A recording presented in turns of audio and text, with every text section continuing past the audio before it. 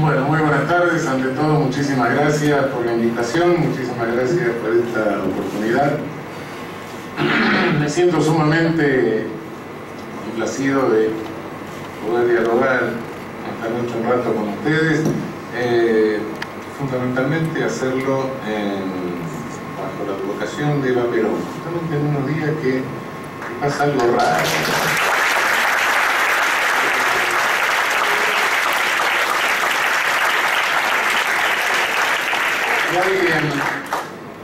Alguien ha comparado a Eva Perón con Eva Braun, ¿no?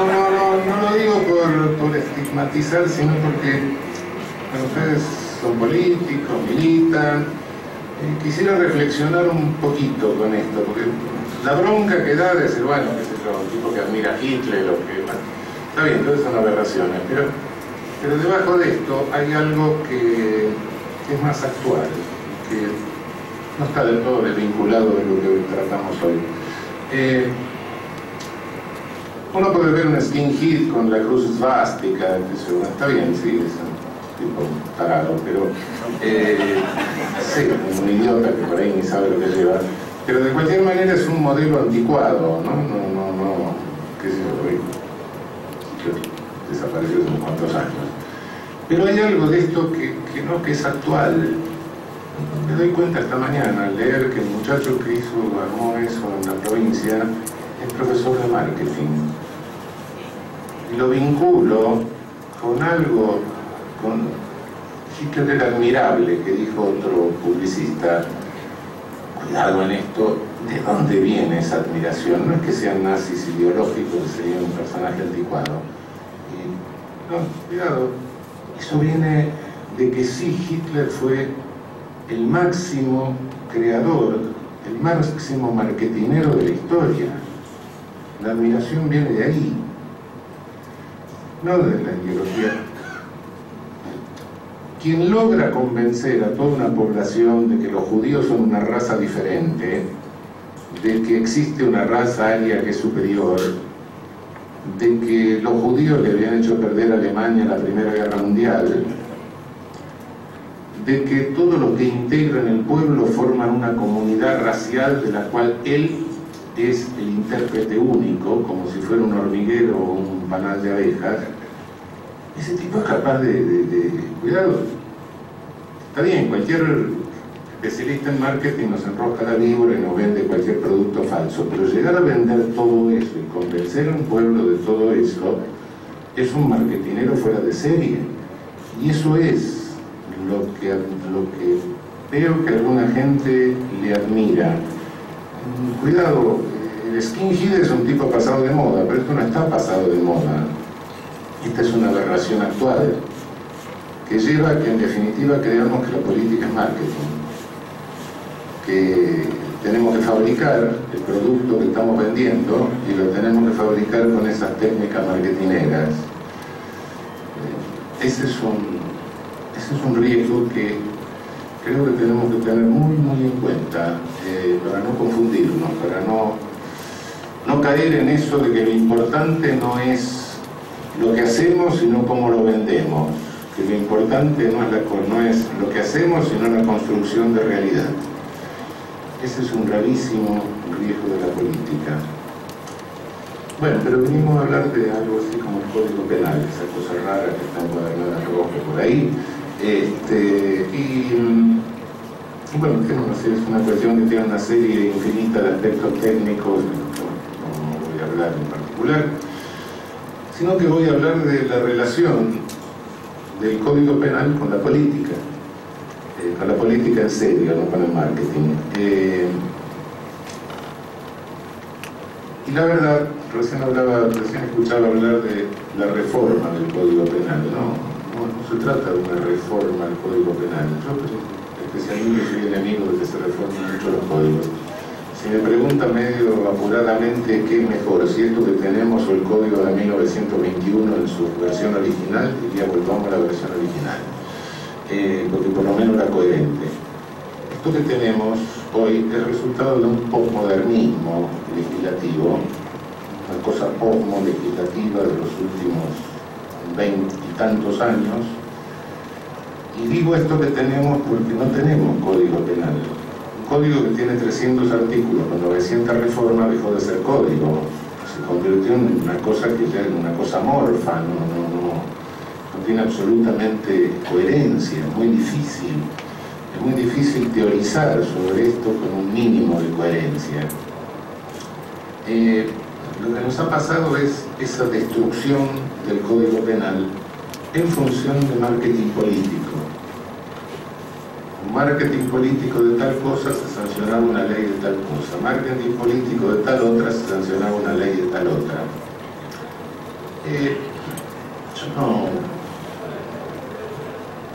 No crean ustedes que esto pasó porque pasó en la Argentina solo. No, esto responde a una impronta mundial. La década de 1970 sube de pronto el precio del petróleo, se termina la onda expansiva económica de la Primera Guerra Mundial y hay un giro ideológico, un giro económico. Se archiva el New Deal de Roosevelt, la sociedad incluyente, la socialdemocracia en Europa, y von Hayek y los adoradores del mercado pasan a ser los nuevos gurúes de la economía. Milton Friedman, todas esas cosas que después trajo Cavallo para acá. Eso es mundial, directamente. Perón decía que la economía la tiene que manejar alguien. Bueno, sí, claro, la economía o el Estado de alguna manera va a manejarla, pero la orienta, o de lo contrario queda en manos de las corporaciones, y las corporaciones se vuelven corporaciones transnacionales. Y cuidado que el poder de las corporaciones transnacionales no solo pone sitio a nuestra democracia, que son países débiles, en fin, en vía de desarrollo, sino que se le plantan al propio poder político de los países centrales, de los países industrializados, que exceden el propio poder de eso. Es decir, imponen un nuevo modelo de sociedad, a un modelo de sociedad incluyente, con defectos, con todo lo que se quiera, un modelo de sociedad más o menos keynesiana, que trataba de tener algo de economía para poder redistribuir un poco la renta. Se opone un modelo de sociedad donde acá no se distribuye más nada. Los que tienen más van a seguir teniendo más, y eso está bien porque se va a derramar de algo para abajo. En realidad que nunca se derrama nada si nadie empuja un cachito la copa, o si la vuelca. Pero en fin, el modelo ese de sociedad incluyente, el de Roosevelt, el de New Deal, modelo, cualquier republicano norteamericano que ustedes hablan, le hablará de Roosevelt de la misma manera que un gorila habla de Perón, ¿no? Sí, bueno, Perón copiaba algunas cosas de Roosevelt, solo que no lo citaba porque en aquel momento con el embajador que había, etcétera, no se podía hacer. Pero en los discursos hay elementos de Roosevelt, en el discurso de Perón, eso está claro. Realmente a esa sociedad que trataba de, bueno, sabemos que la marginación, vamos a tratar de incluirla, se opone a una sociedad donde dice acá no se puede incluir más a nadie. Y para no incluir más a nadie, que hay que tener, y contenerlo a garrotazos. Y hay que Estados Unidos, que es un país bastante normal con su sistema penal, con sus luces y sombras, todo eso, pero es un país bastante normal hasta fines de los 70, comienzos de los 80, de repente se dispare y hoy sea el campeón de prisionización. Es el país que más presos tiene y que tiene el índice más alto. La pasó a Rusia, que siempre debe ser la campeona. Rusia es barato, los tipos lo mandan a Siberia, chao, salir de ahí, lío. Estados Unidos nos cuesta 200.000 millones de dólares por año. Pero 2 millones y pico de tipos presos y otros otro tanto en libertad condicional, probation. Todo eso demanda servicios, todo eso se convierte en una empresa, todo eso es una variable para el desempleo también, claro. Tiene 2 millones y pico fuera del mercado laboral y además tiene una demanda de servicios, ¿no? Y todo ese aparato tiene publicidad que se mundializa. Todo lo que nosotros recibimos, la publicidad de eso. Entonces, esto que nos ha pasado es la mano dura que viene de Estados Unidos con un famoso demagogo neoyorquino, Giuliani, que realmente no hizo nada extraordinario. Hizo una inversión muy grande en policía y limpió un poco la policía corrupta que tenía en New York, y con una política de pleno empleo que había en todo el país, que no la hizo él, bajó el índice de delincuencia. Lo único que hizo. Yo también hubiera hecho lo mismo, lo más fácil. Después lo que hizo fue publicidad. Y ahora va por América Latina cobrando $500.000 y cosas por el estilo, las conferencias, etc. Yo no es que hable de envidia, porque también me pagaron eso, pero bueno, que lleven a un cretino de esto a hablar, la bronca le da, ¿no? Lo cierto es que en el mundo tenemos dos ejemplos extremos. Uno es este de Estados Unidos con la sociedad excluyente, y un ejemplo totalmente contrario que es el de Suecia, que va teniendo cárceles vacías. Por supuesto, el modelo excluyente, el modelo incluyente. Uno que va llenando cárceles al extremo, el otro que la va vaciando. Bueno, por cierto que ninguno de los dos modelos extremos es posible copiarlo entre nosotros. No tenemos ni los niveles de bienestar social que tiene Suecia, ni tenemos tampoco los $200.000 millones por año que tiene Estados Unidos. Bueno, ninguna de las dos cosas podemos copiar. Pero los dos modelos existen en el mundo. Entonces, bueno, ¿a cuál queremos aproximarnos más? Si copiarlo no tenemos la posibilidad. Esta es una decisión de tipo político, general. ¿Qué queremos? ¿Una sociedad incluyente o una sociedad excluyente? De ahí tenemos que empezar. Ahora, quiero aclarar lo siguiente, y yo no intento vender un producto con calidades que no tiene. El Código Penal puede influir en esto hasta cierto punto, pero el Código Penal es una ley, es un deber ser. No nos confundamos. No podemos caer en una idolatría de la ley. La ley es un deber ser, hay que ver después ese deber ser cómo llega a ser y qué pasa. Esa idolatría de la ley que nos quieren vender los medios, de que con el Código Penal se va a controlar la frecuencia delictiva. Bueno, miren, pasó Bloomberg, pasó todo, nos destruyeron, subieron toda la pena, la frecuencia delictiva sigue. Y sí, no, pero el Código Penal sobre frecuencia delictiva es poco lo que se puede hacer, muy poco, por no decir casi nada. Salvo que uno se volviera totalmente loco, claro, naturalmente. Si uno copia el modelo de Irán o de China, es posible que pueda hacer algo, fusila a todo el mundo, fusila en cancha de fútbol, etcétera, no sé, por televisión, no sé. También puede ser que tenga una influencia sobre la incidencia, que uno se vuelve loco, empieza a soltar a todos los violadores, los asesinos, etc. Siempre y cuando no haga ninguno de esos extremos, que no son viables, no. Lo que se puede hacer con un código penal normal es más o menos ordenar y evitar sentencias contradictorias, sentencias que corren el riesgo de dejar adentro a alguien que tiene que estar afuera y de dejar afuera a alguien que tiene que estar adentro. En un conjunto de contradicciones que son justamente las que estamos viviendo desde hace unos cuantos años como resultado de este descuartizamiento del Código Penal con 300 reformas, de la sanción de una cantidad de leyes especiales que están afuera del código. Si ustedes agarran el Código Penal, alguna noche que tengan insomnio en el verano, van a ver que tiene unos cuantos articulitos y después la mayor parte de las páginas son leyes especiales, están descodificadas, cada una con unas redacciones que parece la recopilación de leyes de India, pero no, pero la recopilación de leyes de India tiene una ventaja, por lo menos está en buen castellano. Esto ni siquiera. Esta es la situación que tenemos.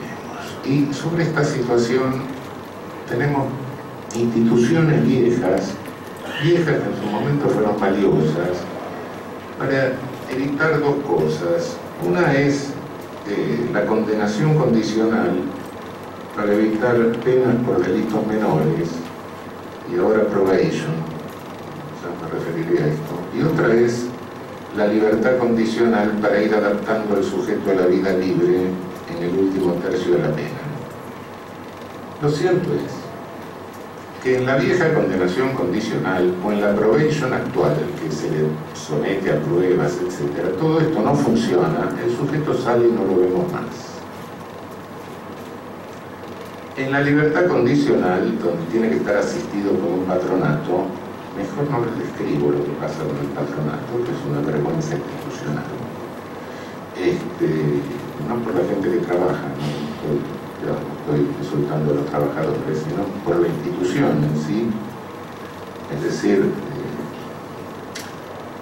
el patronato es una tercerización de servicio que hace el Estado argentino pagándole a una asociación civil. Naturalmente, ¿para qué sirve? Para que el liberado condicional vaya todos los meses a firmar una planilla, tampoco se lo ve más. Eso es la realidad hoy. Nadie controla nada, por supuesto, no hay inspector de prueba, no hay asistente de prueba, no existe. Nadie sabe hoy cuál es la pena máxima privativa de libertad. No está claro en la ley. Uno puede decir 50 años, yo creo que son 30, otro puede decir 25, otro puede decir 37 años y medio. Las escalas penales, a partir de la reforma Bloomberg, han entrado en una locura total. Y la legalidad de la pena también. Ustedes calculen que una escala penal que vaya de un mes a 50 años, sí es imaginable. Sí. Una mechera de tienda condenada por 25 hurtos simples de ropa interior sería condenada en concurso real y el juez tendría que elegir entre una pena que tiene un mes de mínimo y 50 años de máximo. Eso dice nuestro Código Penal hoy. Los bienes jurídicos están todos mezclados, naturalmente, ¿no? Se supone que la pena tiene que tener cierta racionalidad, cierta proporción con la gravedad del hecho, con el contenido ilícito del hecho, ¿no? Cuanto más reprobable sea, cuanto mayor sea la lesión, mayor es la pena, ¿no? Por ende, bueno, en la jerarquía de bienes jurídicos, el tope está la vida, puede otra nota, etc. Siempre es un poco discutible, pero de cualquier manera la vida está arriba, ¿no?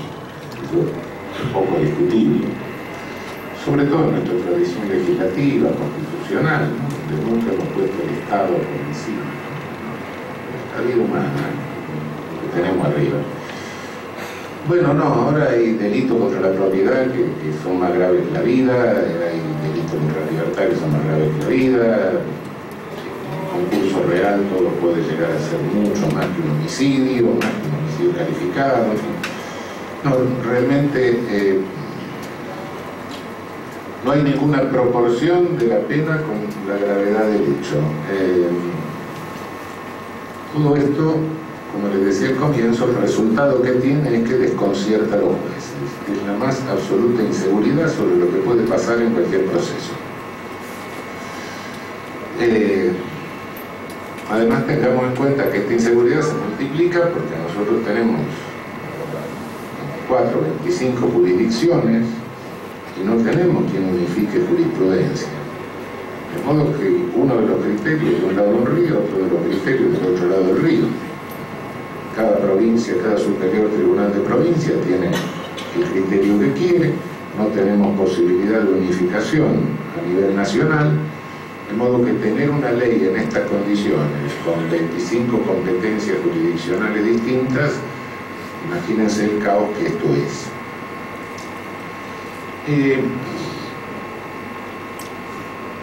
El otro problema que es verificable y por el cual, bueno, desde toda la vida se trata de evitar la pena corta de prisión, es que nos guste o no nos guste, y por mejor que sea la cárcel, por mejor que sea jaula de oro, todo lo que quieran, la cárcel tiene un efecto deteriorante y tiene un efecto reproductor, que no es inevitable. Podemos atemperar, lo podemos bajar, podemos intentar todo lo que queramos, pero la cárcel reproduce. ¿Y reproduce por qué? Porque el sujeto que llega a la cárcel está metido en una sociedad extraña donde están especializados, lo de la pesada, el luchante, lo de fierro, y se incorpora, tiene que sobrevivir en esa sociedad, porque si no le dan una puñalada en el baño, y se pasa un año, 2, 3, 4, adaptado a alguno de esos grupos y respondiendo a la demanda de rol que le efectúa el grupo. Es inevitable. Incluso cualquiera de nosotros que nos metan en una cárcel vamos a tener que adaptarnos a vivir con alguno de los grupos, corresponder la conducta del propio grupo.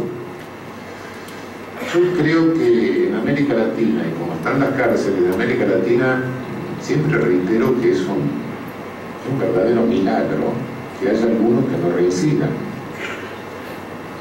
El resultado de eso es simplemente porque, Dios gracias, no existe un mecanismo de matricería humana que pueda condicionar absolutamente. Pero la no reincidencia en las condiciones de las cárceles latinoamericanas es un grave riesgo. Nosotros no tenemos esa situación tan grave en el sistema federal. Cárceles de provincia a veces no podemos decir lo mismo, pero en la medida en que sigamos encerrando gente en las cárceles, el problema que vamos a tener es ese, es una deterioración de la cárcel hacia el campo de concentración y un mayor efecto deteriorante y un mayor efecto reproductor. Alguien dijo, que yo no estoy de acuerdo, pero alguien dijo hace muchísimos años que las sociedades tienen los delincuentes que se merecen. Yo no estoy de acuerdo, pero creo que lo que es intolerable es que tengamos los delincuentes que fabricamos. Entonces lo mejor es tratar de no fabricarlos. Y para eso tengo que aclarar algo. El problema penal nunca estuvo, ni está, en los delitos graves, aunque parezca mentira. Los delitos graves nunca fueron un problema para el derecho penal. Antes el tipo lo agarraban, lo guillotinaban, lo decapitaban, lo fusilaban. Ahora, bueno, no hacemos eso, pero le metemos unos 30 años de pena, que si lo agarró a los 25, lo suelta a los 55, ya le quedan pocas ganas. De cualquier manera, no somos tan brutos, pero más o menos, bueno, ¿qué vamos a hacer?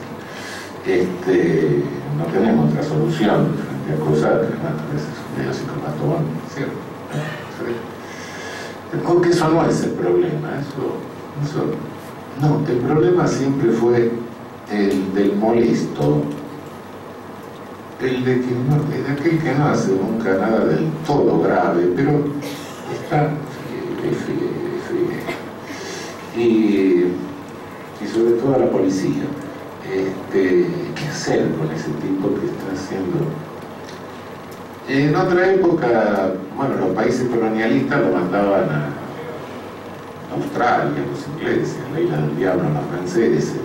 Nosotros lo mandamos a Ushuaia un tiempo, bueno, unos cuantos años. Pero ahora, ¿qué hacemos? Y ese es el grave problema. ¿Qué se hace? Bueno, lo primero que creo que tenemos que hacer es modificar esta situación de que el sujeto nos desaparece en un momento. Bueno, sí, no le puedo poner una pena de prisión larga, pero nos desaparece. Entonces, bueno, ¿cómo podemos evitar que nos desaparezca? Bueno, primero creo que tenemos que eliminar la condenación condicional. Y también eliminar la libertad condicional. Las dos cosas tienen que ser eliminadas y tienen que establecerse penas que se cumplan y que se cumpla hasta el final de la condena. Entonces, partiendo de eso, decir, bueno, esto es una pena, este es un sujeto que ha cometido infracción no muy grave. Bueno, ¿qué hacemos? Y vamos a meter una pena no privativa de libertad, controlando, para lo cual tiene que hacerse un cuerpo de inspectores y de vigilantes de pena no privativa de libertad, un cuerpo de ejecutores de pena no privativa de libertad. Sin eso no va a funcionar, naturalmente. Sería como tener una cárcel sin guardiacárceles.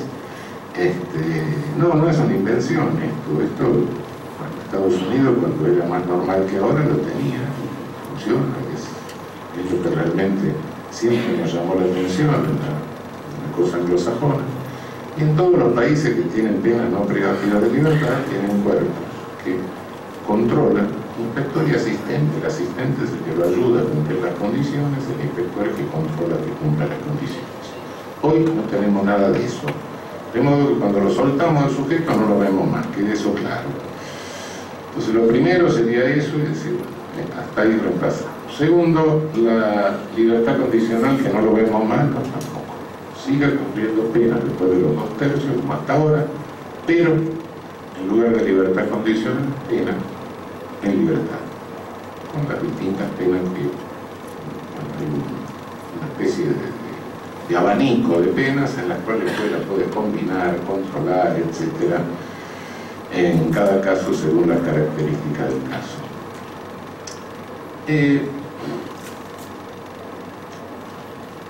Los tribunales, quiero aclarar una cosa, el público normalmente no lo sabe porque de gracia va poco con tribunales, y menos con los penales. Cuando hay sentencias condenatorias, nuestros tribunales no fundamentan la pena. Ustedes dicen, no, la pena se discute. La pena se discutirá en los diarios, en la televisión. En el tribunal no. Si le pongo 12 o 15 años a alguien, porque a ojo de buen cubero tuve ganas. Homicidio simple de 8 a 25 años. Termina un juicio oral. Pasamos a debatir a ver cuánto le ponemos. Yo creo que hay unos 10 años. No, como 10, bueno, pero hay 15, ¿no viste que le pegó un segundo balazo ahí? Bueno, 15 es mucho. Objetivo también. Bueno, pongámosle 13. Mejor 12. Bueno, 12, tal vez. ¿Ustedes me miran? ¿Creen que estoy parodiando? No. Estoy transmitiendo la experiencia de 30 años de juez. Cuando leen la sentencia van a ver mucho desarrollo procesal, mucho desarrollo, quizá algún desarrollo de teoría del delito, cada vez menos,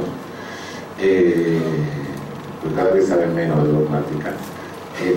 Y después van a llegar a la teoría de la pena. Bueno, en razón de su primaridad delictual, su humilde condición social, y las demás circunstancias que señalan los artículos 40 y 41 del Código Penal, le pongo 17 años y medio. ¿Qué dice el artículo 40 del Código Penal? La pena se fijará entre el mínimo y el máximo conforme a las circunstancias que señala el artículo siguiente. ¿Por qué hay un artículo que dice eso? Porque en el año 21 no tenían computadores y se quedaron con un artículo vacío.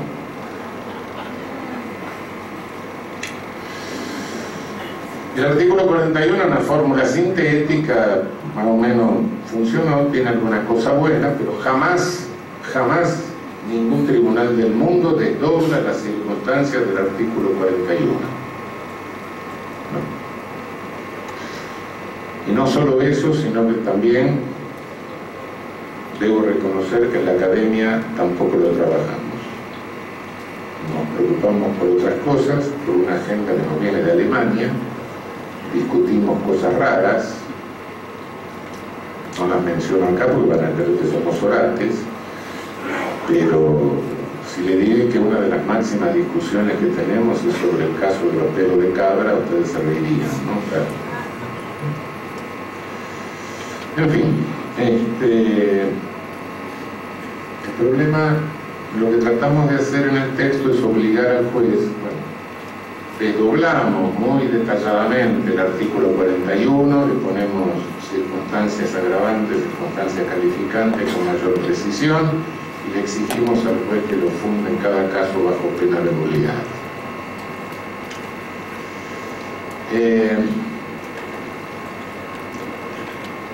La pena perpetua. Lo dejo para dentro de un rato para explicarlo un poquito mejor. Porque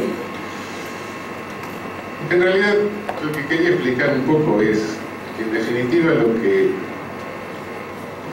la comisión hemos intentado hacer es retomar lo que fue siempre la tradición argentina en materia de legislación penal y de codificación penal, que fue una cosa que siempre estuvo íntimamente vinculada a la política de cada momento, sin lugar a duda alguna. Tampoco este fenómeno que hoy nos pasa con la política mediática, la política espectáculo, etcétera, está fuera de esta línea, está vinculado a la modalidad política del momento. Tengamos cuidado con la modalidad política. Lo del código lo de menos, si se quiere. Pero esto es un test revelador de que, bueno, acá también seguimos vinculados, íntimamente vinculados a la cuestión política. Nuestra legislación penal federal comienza con una ley que no tenía parte general, no era un código, era una ley, la ley 49 dictada por Bartolo Mitre. ¿Y qué delitos contemplaba esa ley? Los delitos federales de rebelión. ¿Por qué? Porque había que matar a los caudillos del norte. Esa es la ley. La primera ley federal nacional que se dicta es esa, 1863, 62, 63. Luego se le encarga al profesor de Derecho Penal de la Universidad de Buenos Aires, Carlos Tejedor, que haga un proyecto de código. Por suerte Tejedor copia un proyecto de código bueno, no se le ocurrió hacerlo por su cuenta, lo copió, por suerte, con algún problema de traducción. El código venía de Alemania, lo tradujo al francés, cuando estudié el francés al castellano, algún errorcito tenía, pero el modelo, un modelo que para su época muy técnico, muy bueno. Naturalmente, ¿qué pasó? No se lo aprobaron. Y no había código, se lo regía la legislación penal española, que era un desastre, la Constitución Nacional con la legislación española. Y había la Corte Suprema dijo que regía la legislación, la Corte Suprema que estaba integrada también por uno que lo había aconsejado a Lavalle fusilar a Dorrego, pero bueno, esas cosas. Pero dijo, bueno, rige la legislación española en tanto no sea incompatible con la Constitución. Sepa Dios que era eso, una aquelarre. Entonces, un día algún riojano, riojano de aquella época,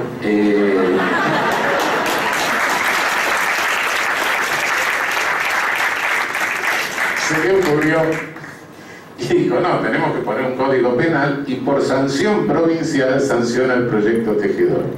Al año siguiente lo sanciona en la provincia de Buenos Aires. Cuando en 1880 federalizan la ciudad de Buenos Aires, el Congreso lo sanciona, pero solo como legislación de la ciudad de Buenos Aires, y lo sancionaron casi todas las provincias argentinas. De modo que llegó a ser código casi nacional de esta manera. 1885 el embajador inglés empuja que se necesita orden. Entonces rápidamente nuestro Congreso discute el proyecto Tejedor, lo arruina un poco bastante, y sale nuestro primer código nacional de 1886. El proyecto Tejedor más o menos arruinado, pero la legislación dividida, los delitos federales seguían en la ley 49. Bueno, de ese menjunje que habían hecho, naturalmente no era muy sano, pero bueno, por lo menos había un código. Entonces se dan cuenta y nombran a tres jóvenes brillantes de la época, Rivarola, Piñero y Matienzo, que eran los fundadores de la Facultad de Filosofía y Letras, que hacen un proyecto de código de 1891. Se van a Europa, traen las cosas más recientes de Europa, un proyecto bastante bueno. Por supuesto, como era bueno el proyecto, tampoco lo sancionaron. Revolución del 90, la crisis, Pellegrini. Sigue la aquelarre y en 1903 ya habían hecho el penal de Ushuaia, porque ¿saben lo que hacían antes? Cuando tenían a alguien muy molesto que lo tenían que echar y no sabían demandarlo, lo mandaban a Paraguay. Naturalmente los paraguayos llegó un momento que, bueno, después de todo lo que le hicimos, se quejaron y entonces dijeron, abren Ushuaia, empiezan a mandar gente a Ushuaia, pero claro, la mandaban y como eran penas cortas, al poco tiempo volvían. Era un lío terrible, ir a Ushuaia era un mes para allá, un mes de navegación para acá, un desastre. Entonces, copian la ley de relegación francesa de la Isla del Diablo y en 1903 reforman el código penal que tenían, introducen la pena de relegación francesa. Entonces, con eso entra a mandar gente a Ushuaia. Pero claro, todo era... Los conservadores dentro de todo son tipos que tratan de ordenar a veces las cosas, ¿no? Para su beneficio, pero lo ordenan. Y bueno, en 1904 hacen una comisión que presenta un nuevo proyecto que es el de 1891, un poco simplificado. En 1906, no estaba malo después de todo, considerando la época, pero también como era bueno, no lo sancionó. Finalmente llega el gobierno radical. Es la primera vez que en la plataforma de un partido político aparecen una propuesta de carácter penal. En la plataforma irigoyenista de 1916 aparecía la propuesta de introducir la condenación condicional para evitar las penas cortas privativas de libertad.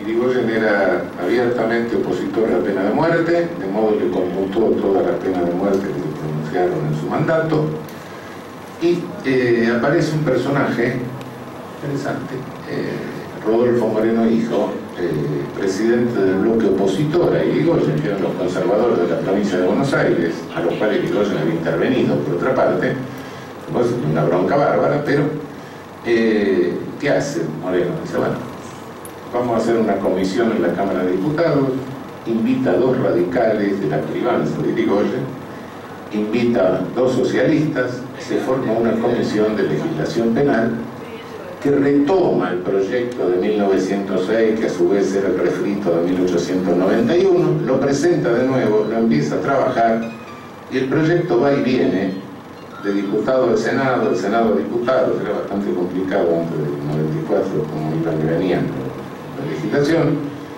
tarda un tiempo, pero finalmente en 1921 se sanciona el Código Penal del 21. Código Penal Moreno, Código Penal Irigoyen, llámenlo como quieran, el Código 1921. Pero en ese andir y viene, el Senado, que siempre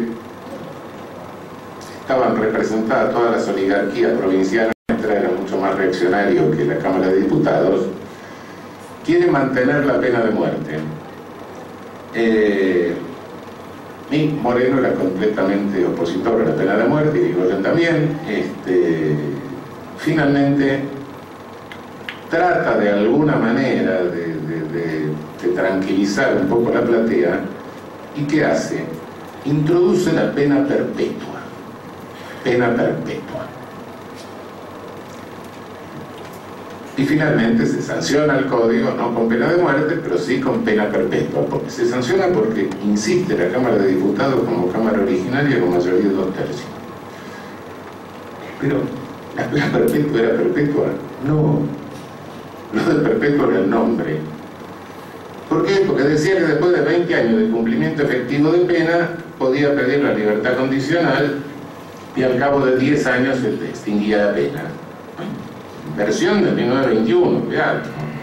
De modo que todo el hecho de que haya quedado como pena perpetua, porque era para la platea, porque sacaba la pena de muerte, La pena de muerte, por otra parte, en la Argentina hace años que no se aplicaba. La última vez que se aplicó por Código Penal fue en el año 1915, con dos pescadores que mataron a un tipo por encargo de la autoayuda. Y después no se aplicaba desde 1890. Pero de cualquier manera, lo que queda de pena perpetua no fue nunca perpetua, quedó el nombre.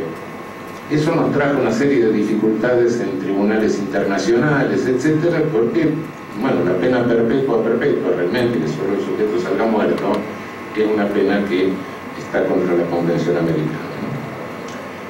Bien, la propia relegación en Ushuaia, en 1945, a través de un decreto, también admite libertad condicional, también admite excarcelación.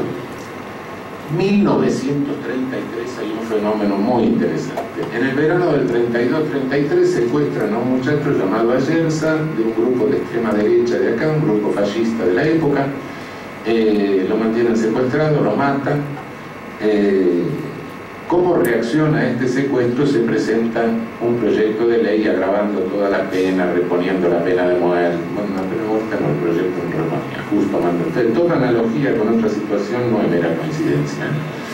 El proyecto de Justo entra por el Senado que hace, le redobla la apuesta y prevé la pena de silla eléctrica.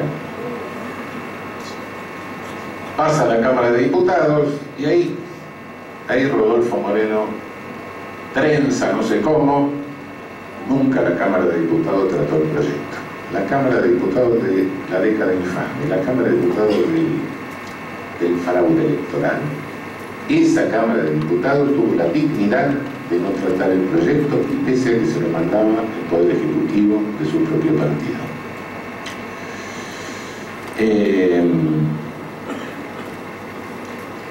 Viene el gobierno de General Perón. ¿Y qué hizo Perón? Nunca tocó el Código Penal. Hubo dos proyectos de Código Penal en la época de Perón, nunca intentó sancionarlos, nunca tocó el Código Penal y por el contrario, lo que sí hizo fue cerrar el penal de Ushuaia y reformar el sistema penitenciario con Roberto Pettinato. El Código Penal no se tocó. No se le ocurrió agravar penas ni necesitó agravar penas. Pettinato me contó que una vez le decía a Perón que estaban bajando los presos. Perón le dijo, sí, claro, porque está subiendo el trabajo.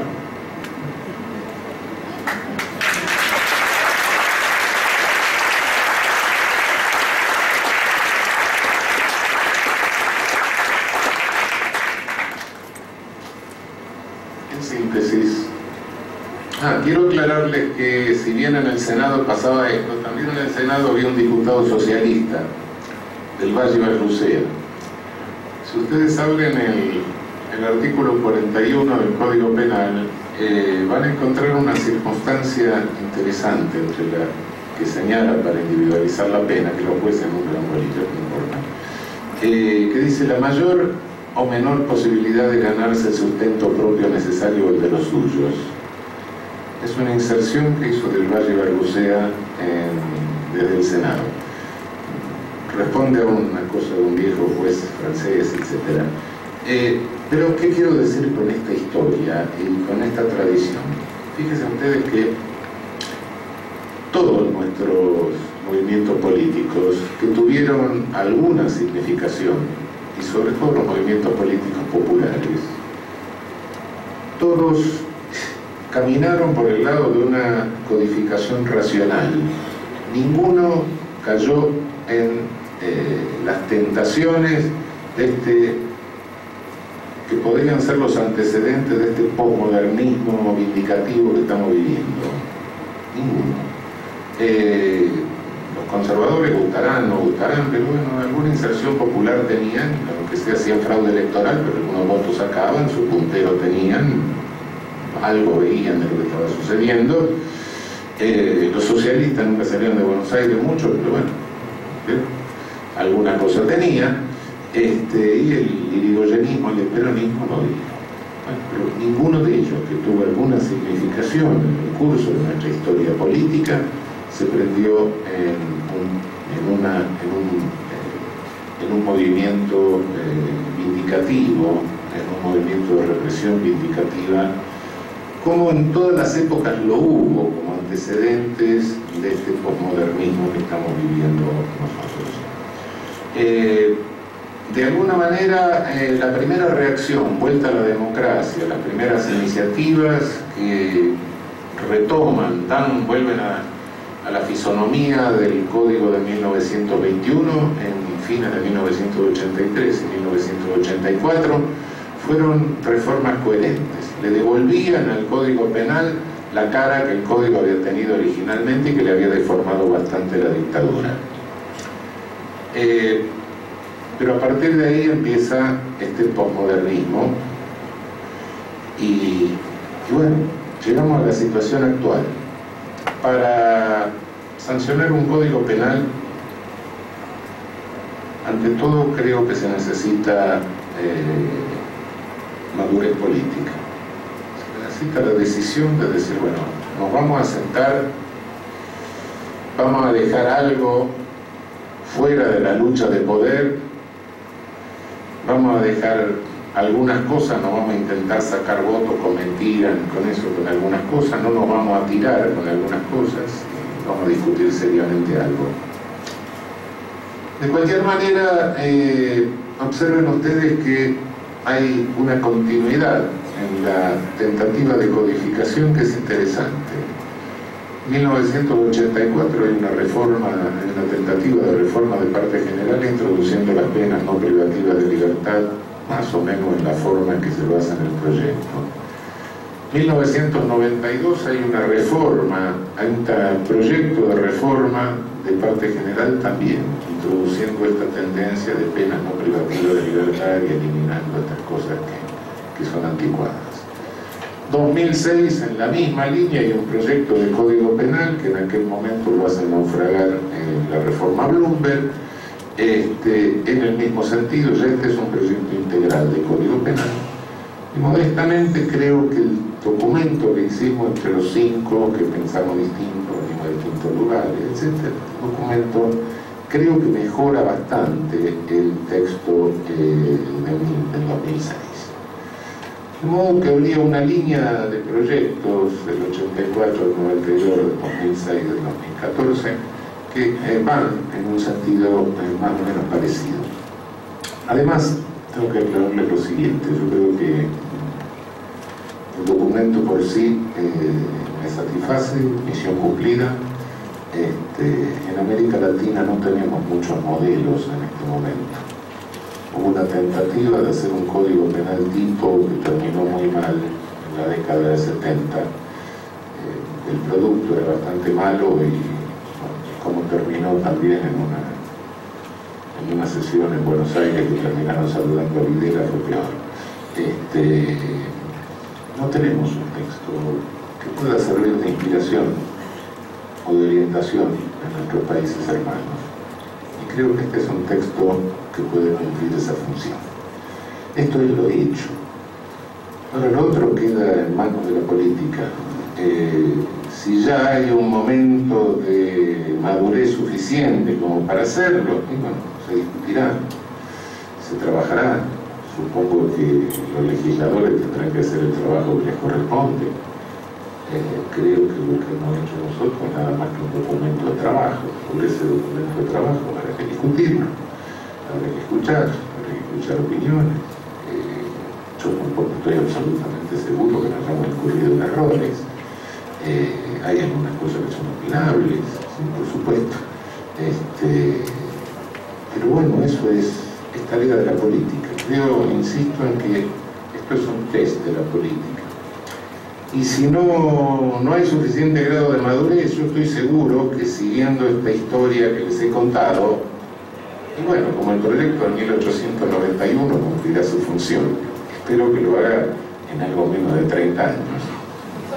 Muchísimas gracias.